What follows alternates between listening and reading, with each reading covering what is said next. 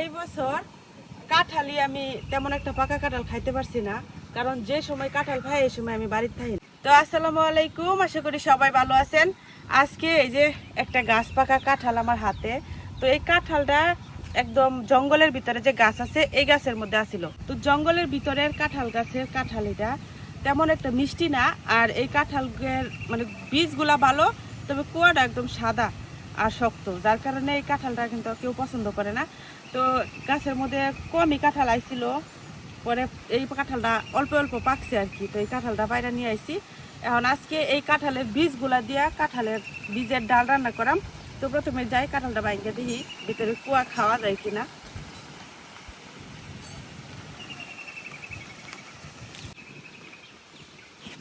কাঁঠালটা তেমনও একটা নরম হয়েছে না, কারণ একদিন যদি রাখতাম তাইলে আবার একটু কুয়া তেমন একটা খাওয়া যায় না, যার কারণে আর রাখলাম না। এটা শুধু বীজটাই খাই আমরা আর কি।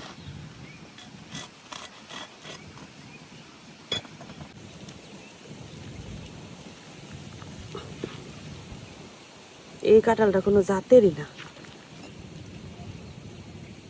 এই যে ভিতরের কুয়াটি একদম সাদা আর শক্ত, অনেক শক্ত। তো এই কুয়াগুলো আমরা এই কারণেই খাই না, শুধু ভিতরের বীজটা আর কি ব্যবহার করাম।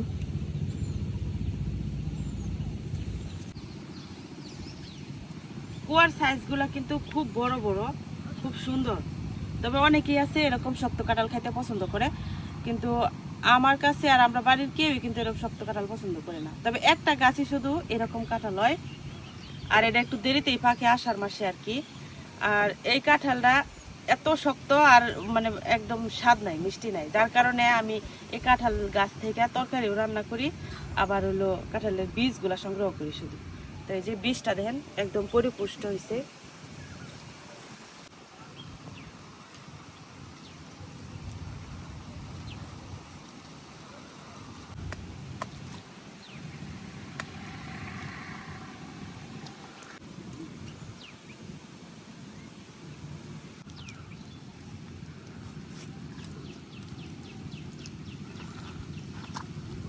কোয়াডিও একদম পাতলা পাতলা, তবে সাইজ কিন্তু অনেক বড়।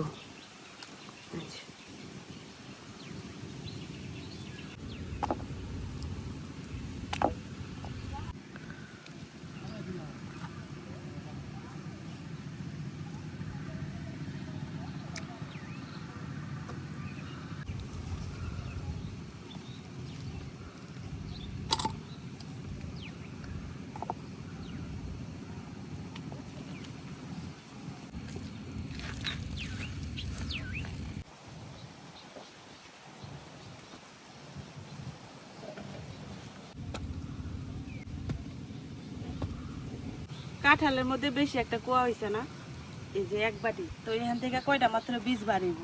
তো এখন কাঁঠালের বীজগুলা বের করে নিলাম। এখন একটু কাঁঠালের কুয়া খাইয়া দেখি কেমন লাগে।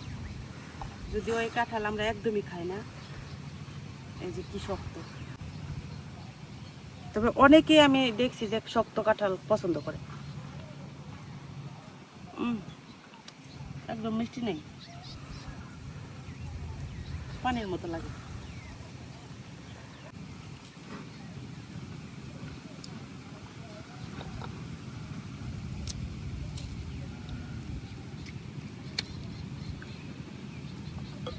এত বড় একটা কাঁঠাল বাংলাম, ভাবছিলাম অনেকগুলা বীজ হইব। বীজ মাত্র যে কয়েকটা পাইছি, তবে বীজের সাইজটি একটু বড় বড় আছে। তো এটা রান্না করলে এক বেলার খাবার হইব আর কি। তো এটা দিয়ে রান্না করাম, কারণ ঘরে আর কাঁঠালের বীজ নাই, সব বীজ খাওয়া শেষ। কারণ সবাই যেহেতু কাঁঠালের বীজ পছন্দ করে, আর এই সিজনে তো দেখা যায় যত তরকারি রান্না করা হোক সবকিছুর সাথে কাঁঠালের বীজ থাকবই। তো এই কারণে কাঁঠালের বীজটা থাকে না, শেষ হয়ে যায়। তো এখন আমি চুলাটা ধরাইয়া হালকা একটু ভাজা দিয়া নেম, কারণ এখনো কাঁচা এটা আমি পরিষ্কার করতে পারতাম না যদি না শুকাই আর কি। এখন তো রোদে দিয়ে শুকানোর মতো সময় নাই, যার কারণে একটু ভাজা দিয়া নেম।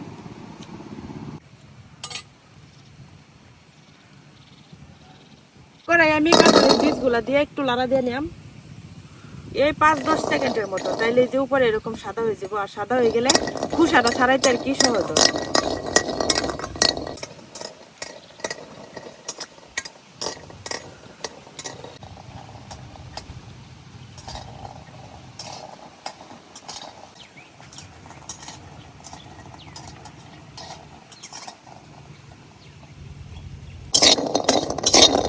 এই যে কাঁঠালের বীজটা কি সুন্দর সাদা হয়ে গেছে, এখন কিন্তু চামড়াটা উড়াইতে খুব সহজ।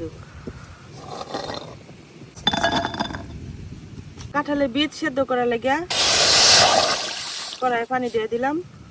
পানিটা এই দিকটা জাল হইতে থাকুক আর আমি কাঁঠালের বীজের থেকে খোসাটা ছাড়াই নিই। যেহেতু কাঁঠালের বীজ আজকে অল্প, তো বেশি সময় লাগতো না। এই যে এখন কিন্তু খুব সহজে উঠতে যাবে।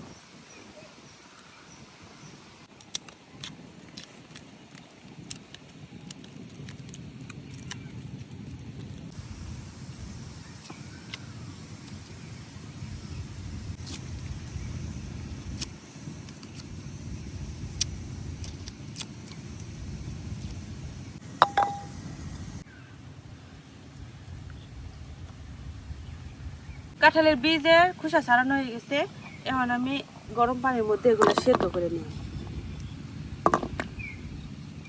সাথে অল্প একটু হলুদ গুঁড়া দিয়ে দিতেছি, একটু লবণ।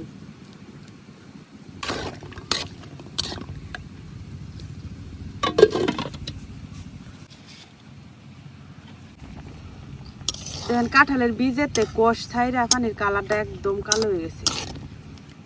আর কাঁঠালের বীজগুলো কিন্তু খুব সুন্দর করে সেদ্ধ হয়ে গেছে।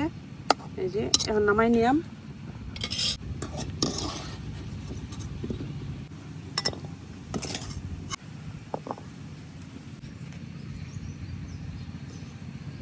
কাঁঠালের বীজের ডাল রান্না করলে এই যে এই লাল চামড়াটা যদি থাকে তাহলে এটা বাইশা থাকে উপরে, ভালো লাগে না দেখতে, এই জন্য একটু একটু করে উড়াই নিতেছি।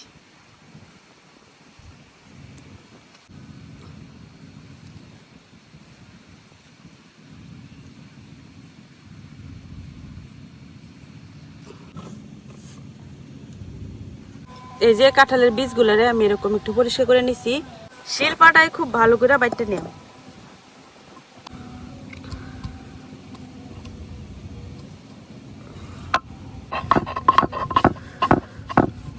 একদম মিহিন করে বাইটটা নিলাম।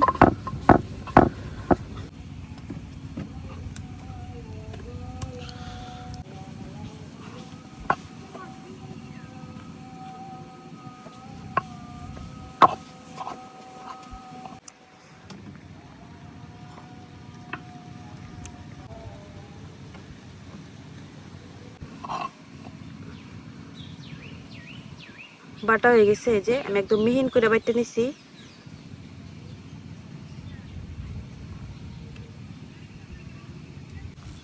কাঁঠালের বীজ যে বাইটটা রাখছি এখন এনে পানি দিয়া গুলাই নিতেছি।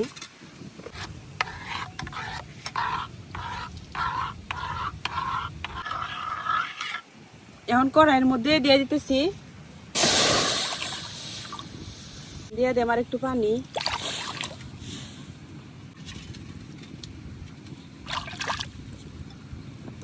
দিয়ে দিতেছি লবণ, জিরার গুঁড়া, ধনিয়া, হলুদ গুঁড়া,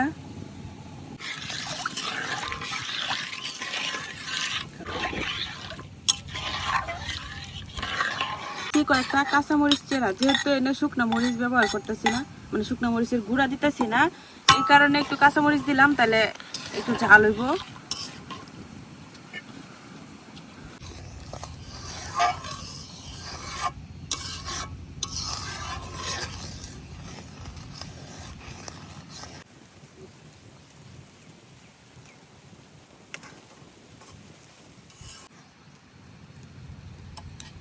ডালটা খুব ভালো করে বলক এসে গেছে আর অনেকটা কিন্তু কমে গেছে, এখন নামাই নিলাম।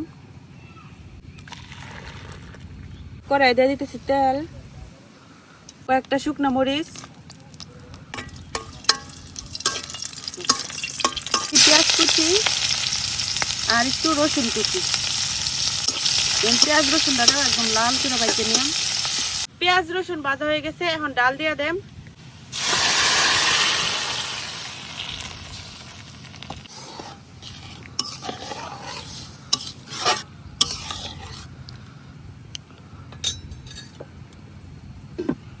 এখন ঢাকিয়া কিছুক্ষণ জাল করে নিলাম, যাতে বাগারের গন্ধটা খুব সুন্দর করে পুরা ডালের সাথে মিশে যায়।